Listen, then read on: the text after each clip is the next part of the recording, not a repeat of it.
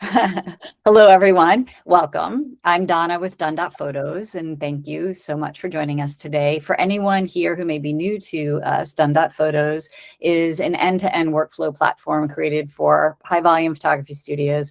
It brings together the tools for managing your entire workflow from capture, communications, online sales, fulfillment, and everything in between into one connected system. Through our monthly webinar series, we've been inviting leaders from across the photography industry to share their knowledge and experience with our community.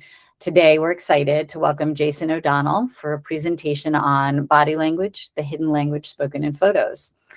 Jason is the owner of Infinite Eye Photography in Sherwood Park, Alberta, and has spent the past 19 years photographing tens of thousands of people through corporate headshots, branding sessions, sports team portraits, media days, action photography, and creative portrait experiences. Through that vast experience, that's a lot, he's developed a particular interest in body language and the role it plays in photography. Today, he'll share some of what he's learned on his journey. So Jason, welcome, and thank you so much for being here. Thank you. Yeah, pleasure to be here. Pleasure to be here. And so I'm just going to turn things, straight over to you. Want to jump right into it and kind of explain that this is not opposing tricks or skills. This is actually getting into why poses emotionally connect or don't. So it's kind of interesting. The hidden language of spoken photos is a great title because it sometimes is hidden. People don't understand what it means. So yeah, so Donna mentioned that I've had almost 20 years experience in doing photography. We're in Sherwood Park, Alberta, Canada. If you didn't know where Alberta was, yeah, we do corporate work, we do sports work, we do unique portraits, and so with all that, I've had a lot of experience with dealing with people.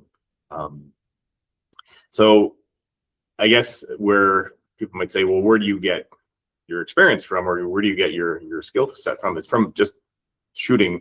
And that number, tens of thousands of people, confuses me, but it's true. I've actually done that. So it's been a crazy career, and I've had some great experiences doing that. So let's jump into it's interesting about where, because of my vast experience, I actually get knowledge and experience through different setups, right? So I do sports action photography, and it actually helps me with my portrait. Am I still on? I think I shifted. Yes, I can see you. Okay, good. My screen went blank.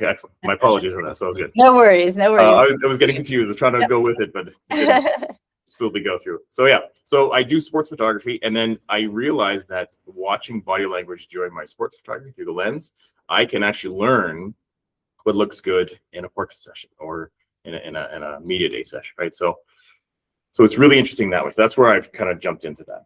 So the interesting thing about today is most of the stuff I'm going to explain to you, you already know. Because if I do this to you, you instantly know what I'm doing because you understand body language. Body language is a human thing that majority of humans understand. So you understand that giving that chin up thing is giving you attitude, or there's a few bunch of things that we'll go into that a little more depth, but you know this. So this is really going to be interesting. So it's all about identifying little tips and tricks about body language, and then how you can use that in your everyday thing. So one thing I want to kind of put in your brain: when you take a photo, who is that photo for? Is it for the person in front of the camera, or in the front of behind the camera? Is it for us? Not really. It's usually the person in front of the photo. So when they're looking at the photo in hand or on the screen, that's what the photo's for. So you have to think about parents, the family, the future self. We do a lot of the youth photos, so they're seeing these 20 years down the road. So you have an impact to show that and show the emotion. So we sell emotion, not pixels, which is really, really important, right? So there's a myth out there that some people say that, oh, my kid's not photogenic, my kid doesn't take good photos. It's generally nerves or just not knowing what to do, right? So it's all about just having them have a good, relaxed experience, right? So let's talk about pose versus body language. Or pose is, okay, you put your feet here, your shoulders here, and your nose here. That's a classic pose, right? But the body language is why that pose actually works. Why do we turn them this way? Why don't we turn them this way? Why don't we turn them this way? Like, there's reasons behind all of this stuff. So your same pose can have multiple emotional connections.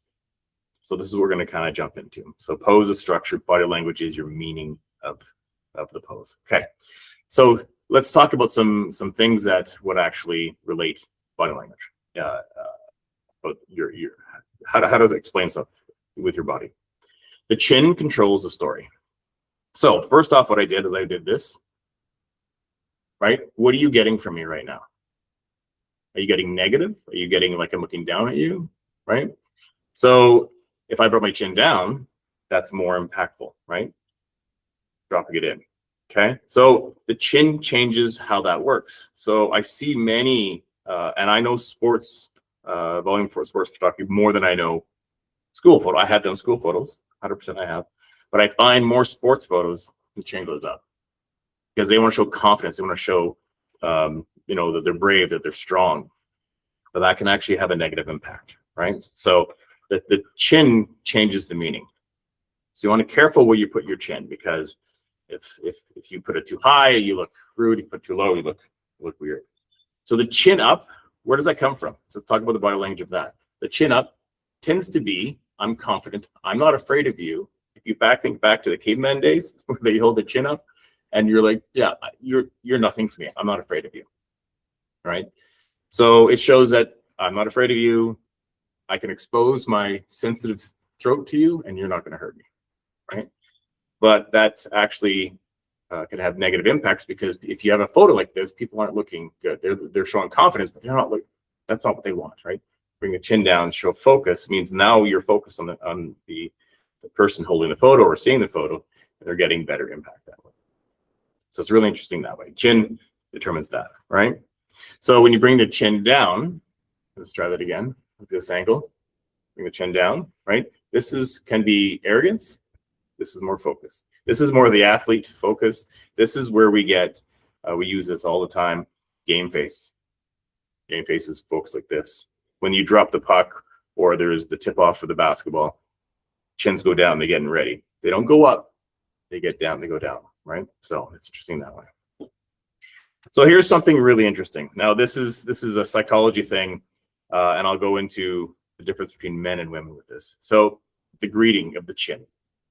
If you noticed, and you look around once you go in public and see this now, people or men will greet the people they know and the people they don't know differently. Watch how they do this. So the greeting for the person that they know, they're like, hey, they nod their chin up. They're exposing their throat because they know you. They're not afraid of you. They're like, chin up. If they don't know somebody, they're like, hey, chin down, right? Trust me, I've been watching this. This is fascinating. What do women do? Women are very different. They actually, instead of pivoting on the chin, they pivot on the waist. So if they see someone they know, they're like, hi, how are you? You get closer, then their hands come up, right? With someone they don't know, it's a little bit subdued and kind of almost like a bow. So think about back to the king's days when you would bow to the king to show that, hey, look, I submit to you type of thing. I'm not saying we have to submit. That's not what I'm saying.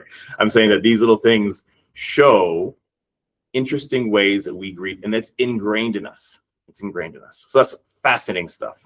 So important part about the chin, you have the chin here, right? If you go too far, what happens? You almost get to the sexy part, which is not so good. And then you get down to here and you may get psychotic, right? So, but it's also known that these are just signs that don't mean the same thing all the time. Because if I did this and looked over my glasses, that's the same maneuver, but I'm actually trying to get through my reading glasses, right? So you don't want to judge somebody on one sole thing. You have to look at the whole package, right? Bringing it back to photos, you're bringing the package into one single moment. So the chin down, you lean forward like that. That makes sense? Makes sense? Yeah. Okay. So the other thing about the body is the angle. So we talked about we put an angle this way or angle this way, right? So as photographers, do we know the fact that straight on is good angle is always better, right? Unless you want to make some statement, straight on it can be better. But when you generally go at it, I use that line with groups because it's so easy to pose a group this way. Everybody straight on is great, angle is better, and they intuitively know, right? And they just drop in. Like I swear to God, they do it all the time. So that is really good. So why is this angle important? Okay, let's think about this. So this is directly face on, challenging you potentially. This is a little more relaxed. I'm not focused on you. I'm bringing it over this way. It shows great pose, great communication. What if I did this? What happens now? You're losing my hand back here, and the human brain says, I don't know what's happening. It must be danger. So back in the caveman days, we go back to that. If my hand was hiding, do I have a stick? Do I have a rock in it? Right? So we intuitively go to this. We intuitively say, what happened to the arm? We don't actually truly think it. You just gut feeling it. That makes sense? Yeah. Okay, so there's also this really interesting, this is funny. So there is a group of people that try to do their own photos. And if you are part of this group, it's a joke. This is a joke. This is fun. But they tend to want to save on money and they try to do their own photos. So they know this whole side thing. They've heard that they got to put the chin out like this and they lean in, right? So I'll give you this better. So you're like this.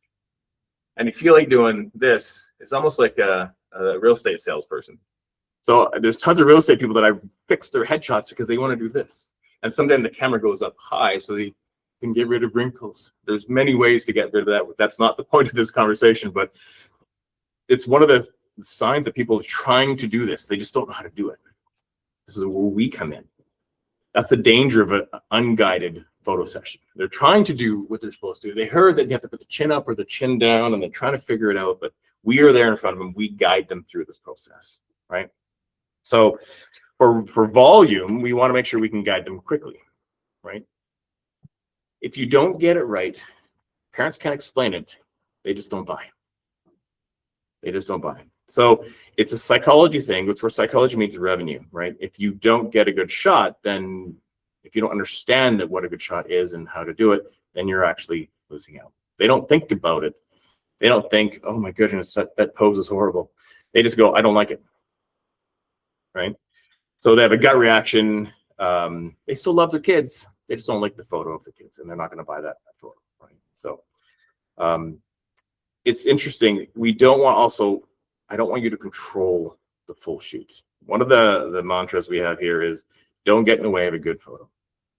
So if a player comes up or a student comes up and they drop in and they look amazing, say no words, take the photo, right? You don't have to manipulate everyone. That's a habit. I got into that. I started just manipulating everyone because it was easier. But then I realized, observe first, watch what's happening, then get into that, right? When you are manipulating and putting their chin down, and actually my son is funny, he had photos done with our competition. They were photographing his school, and he came back and he's talking about how they made him pose and all weird, and of course he's exaggerating. But they made their version, not his version of the photo, right? Because he knows me, and he knows about my body language stuff. He has a little bit better understanding about that stuff, so he was able to share that with me. But if you control the photo and you make them do exactly what you want, chin down this way, perfect. I know we do that. I've done it. Then they look at the photo, and I've had people say that's not my kid. I don't know what it is. It's just not my kid. Because you've determined how they put their head down, how they turn, how they straighten their head, right? So that's important. Another one that is interesting is the head tilt, right? So head tilt in body language is friendship or listening, right? So if people talking to you, like, hi, how are you? Or you talk to a kid, you're like, hi, and you kind of curve your body. But if you need to be stronger, if you think about two guys standing, facing off, they get all strong and straight. They're trying to show how powerful they are. When you talk to kids, you curve your body. You talk to somebody you appreciate, you tilt your head. Either way, right? So that's another body language thing that comes into photos all the time. You can have your head tilted. It's childlike, not childish, but it actually can relax somebody. If you got a big guy with big shoulders and you get his head tilt, he relaxes and he actually looks gentler. So this is a little tidbit there. Okay. So if you see something awkward, or you've done your thing and you've realized you messed them up, say it. Say, sorry, I messed up, or we need to shake it off. That's actually a psychological thing. If you stand back and shake your hands, it actually interrupts anxiety in the brain. So that it literally does that. So athletes do it all the time. Runners getting ready to run, they're shaking it off. So you get them to do that. And then you just identified for them, it's not their fault. My fault. I messed you up. It's all good. Shake it off. Here we go. And I know we only have seconds for each person, but the more you can identify this, the more you can see someone in line is nervous. You're like, okay, I need to do this when they come up. Some of the individuals will be quick and easy. Some will else take a little bit more time, right? Okay, so this is really important. The body language of the smile. Everybody knows about the smile. If you see the fake one, try to get a different one. If you have suggestions how to fix fake smiles, I'd love to hear that. I'd love to get some emails on that, because that is amazing. If you have some skills to get rid of that fake smile easily. Sometimes I just say, yeah, nice smile, relaxed smile. Mom smiles, right? They tend to know what mom smiles are, right? But if you had them reset and they're still looking odd, just wait. If you wait that millisecond, their body relaxes into it, or you make a comment to tilt their head, just wait. They'll get there, right? The one thing that I find funny that working with younger kids, you really have to be careful of the words you say. So if I say to you, chin down, you do this. If you say that to athletes tend to know their body and spatial awareness, their chin goes down. If you say that to a kid, chin down, you can also get this. Right, because I just chin down. So some of the words you use can be really important on how you communicate with people. So that's really important now, right? And I've actually had some accountants do that too. So people that aren't good for athletics, they don't understand their body in space. Sometimes they can do that as well. So you just bring it back, slow it down, and you take your time with those people that need extra work. So. Right. So waiting for that millisecond can bring back that smirk. Sometimes if you get a big smile, those are good, but sometimes you don't want those big smiles. Sometimes you want the relaxed smile. That's the candid photo. The photo you take of someone across the room with a zoom lens, if you ever do that work, and they look amazing because they don't know the camera's on them. That's the candid look. So if you were coming down off this smile, you can also get that great look. Okay. All right. So understanding body language can be a multiplier for you. So if you have someone step in front of you and you understand, okay, the head tilt is good, but too much head tilt is not good, and let's bring them up and understand how to communicate with them that way, then you can use body language as a positive multiplier for them, right? So if you want to go deeper, some of the people that have been mentors of mine that are just amazing, Vanessa Van Edwards is a great speaker. She's active on social media, and so follow her stuff there. She's really good, has lots of great stuff, lots of face meanings. And then also Mark Bowden. He's a fellow Canadian out of Toronto, but he has the amazing accolade of being in Lord of the Rings. He was one of the orcs. So when he was in college, he actually was an actor in Shakespearean plays with the mask on, so they have to learn how to speak with their bodies. And somehow he got into Lord of the Rings as an orc, which is amazing. So he's learned to speak with his body, and his TED Talk is amazing. Look him up, phenomenal, like a really amazing guy. And then also, what I would love to, if you have any suggestions or any aha moments from today, connect with me. I would love to see that. It would be amazing to hear other people. I love connecting with individuals in the industry, talking about our craft, and trying to elevate where we are, getting new aha moments. Every time I talk with somebody about body language, other photographers, and they share their stuff, I get aha moments. So that'd be amazing. So what I ask of you from this talk is, what did you notice? Did you catch anything that you didn't know? Did you know all of this already? You should have, because it's body language, but did you understand meanings behind it? Did you understand that stuff? Share with me your aha moments. And then also, yeah, I just connect with me the aha moments. So that's the majority of my talk. That's awesome. I feel like, yeah, you know, you showed like the thing that we all do, and but helped us dig a little bit deeper into like, what does that mean? And then I think if you understand what it means when someone appears in a certain way as they step in front of you, you can connect and adjust in ways that are natural for them. So Right. yeah, it was total really interesting interesting stuff, and I will absolutely look up, just I find this stuff fascinating. We'll look up those folks you just mentioned. There's so much to go into, there's so much to dive into, so it's a lot of fun. Yeah. The caveman comments made me laugh. True.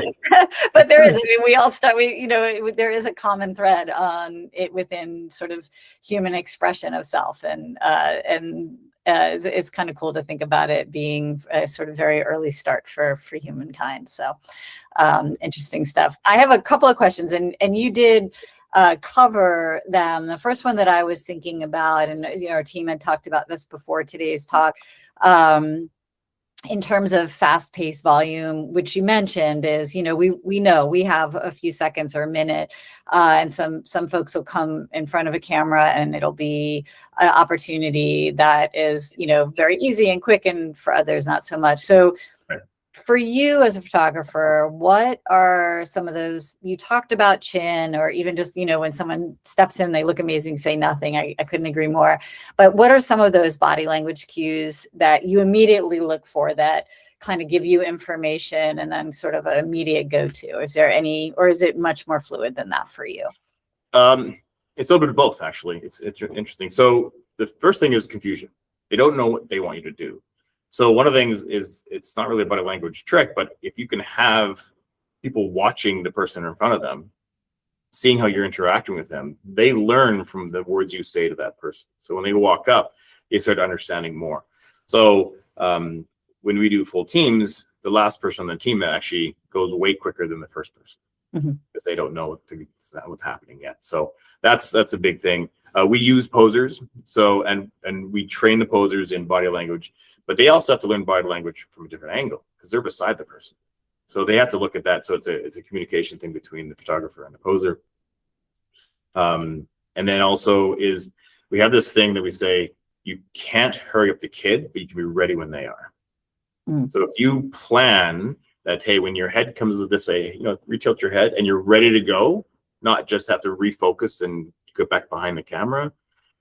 Be ready when they are. That's one of the things that you capture when it's there. And if you see it, just start taking the shots. So that's one of the things with the poser. Sometimes they would get in front, and we've have them pose away from the person, because if they're posing in front, I can't take a shot if it's good, right? So get out of the way, and you're posing off the side. We try to do non-touch posing. Sometimes we have to adjust the jersey or something like that, but typically hands off, out of the way. You're guiding from the side. So that's we find that works really well to help speed that up. Okay, that's awesome. And like, what about, there are lots of different personalities, obviously, especially among youth. You've got folks who would be like my camp, sort of nervous, uncomfortable. I'd much rather be behind the camera. And then obviously those kids come in confident. Well, how do you adjust your direction? I mean, I know that sometimes even the confident, they come in, but I can think of a youth member of my family who is like super confident, but like, nope, like that huge smile, eyes are closed, like it's a hot mess. But you know, but you also don't want to, they're confident and excited to be there, and you don't want to tamp that down. So how do you adjust your direction based on like really different personality types that come in front of you? Yeah, we kind of treat every session as an experience. So if we know we want to get this, and this, and this for looks and poses, and then the poser and the photographer both understand what needs to happen. So if they are very smiley, which is you don't get in the way of a good photo, take that shot, but also have a relaxed, just a relaxed smile. Right? Just bring it down, right? the wording is different with the age groups on that, right? But you can really just adjust as they come in. You have the quieter ones. That's an easy one because you just slow down for them. Just slow down. You're like, I got this. I had one individual. The mom is behind me, and we don't want parents behind. So she jumped in and was behind me and beaking off it. And you're like, smile. And I was trying to get the mom out, and the mom was just, and it was a point where I had to, if I wanted to do any more, I had to confront her, and I didn't want to do that. So I just said, you and me. So we just you and me. We got this. We got this, and just calm down. And they look at you, and you can see them relax into it. Watch for shoulders. Bring the shoulders down there, and look at me. Boom. And it's funny because a pose or a look is not a destination. It's a journey. So they're going to get there and then they're going to go away from it. So be ready when it hits in the right spot, right?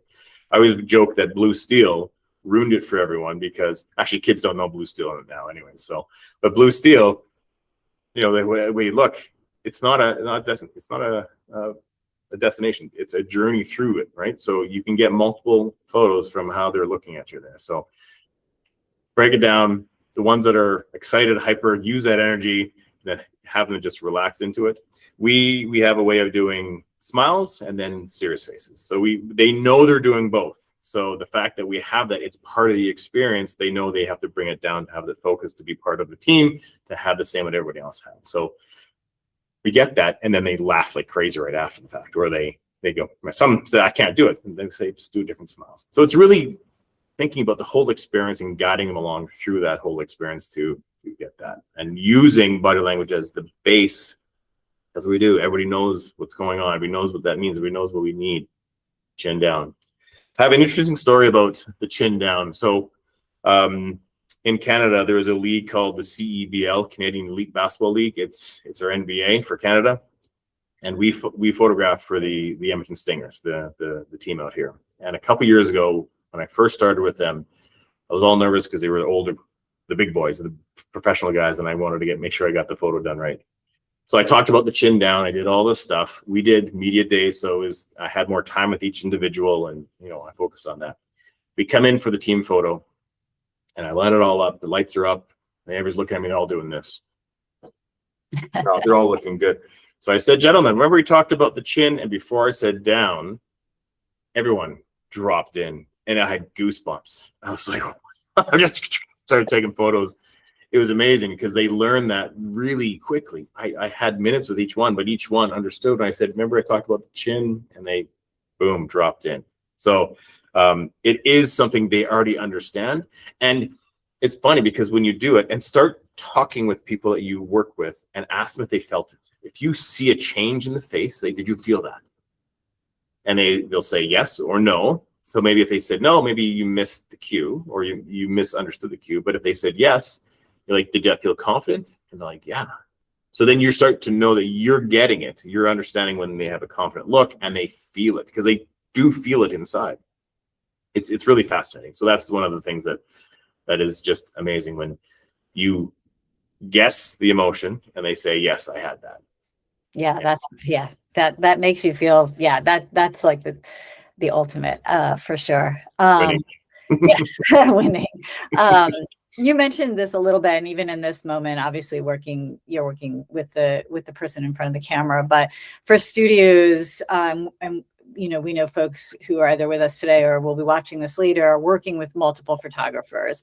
How do you teach? I mean, obviously you're talking about this, you're sort of breaking it down, and that's one way, but how do you support folks who have a team of photographers to set things up so that the people they're photographing are sharing an experience and the results of that session are consistent across the team? Like what do you do to the team of photographers? Like how do you guide or educate them?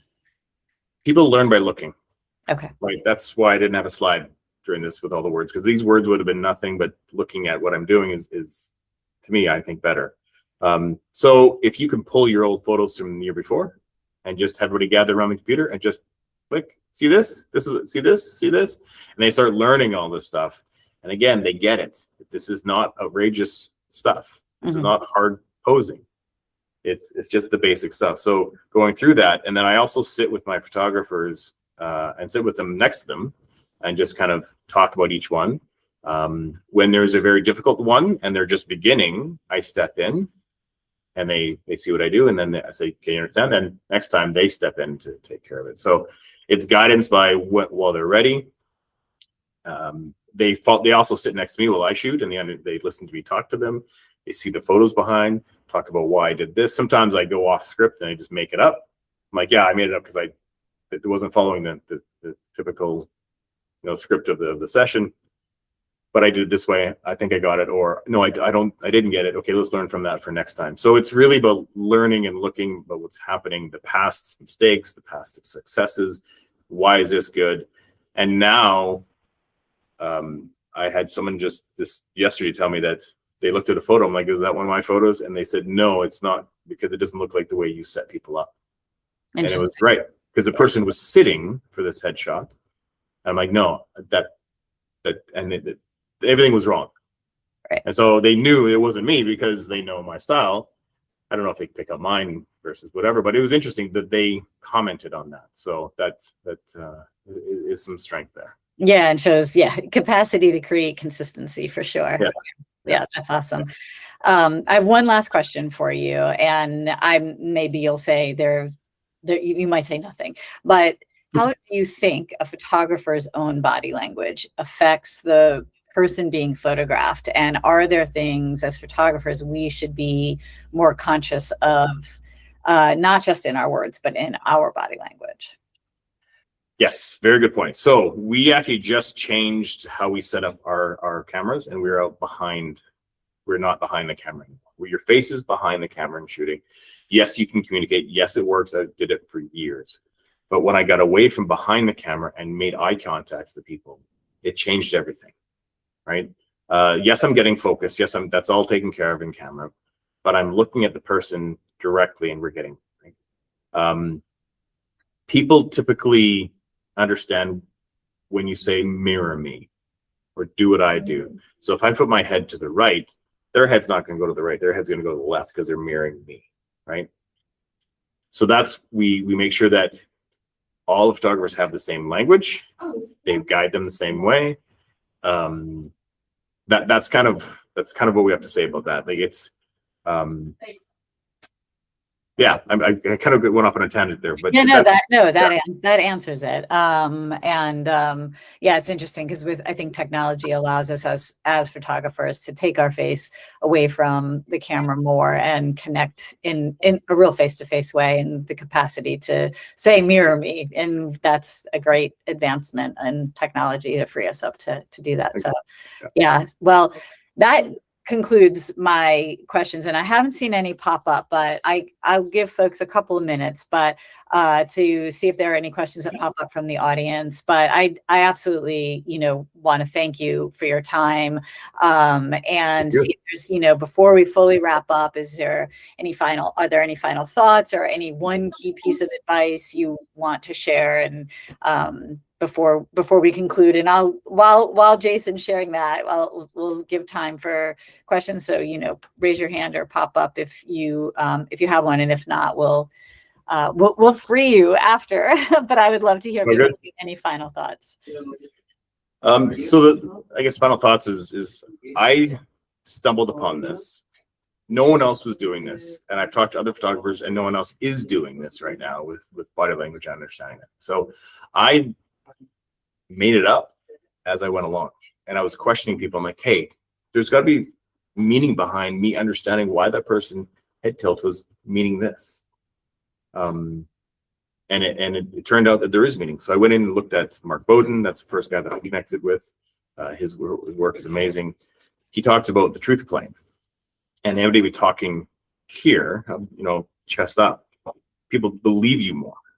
And if you're talking with hands down, you can't actually see that. People will believe you less that way because it's more of a negative thing. So there's all these nuances. And so the more you know, the more you study into it, the more it'll just click for you. And share that with others. Share that with your team. Share that with even the people in our crew that are at the front desk.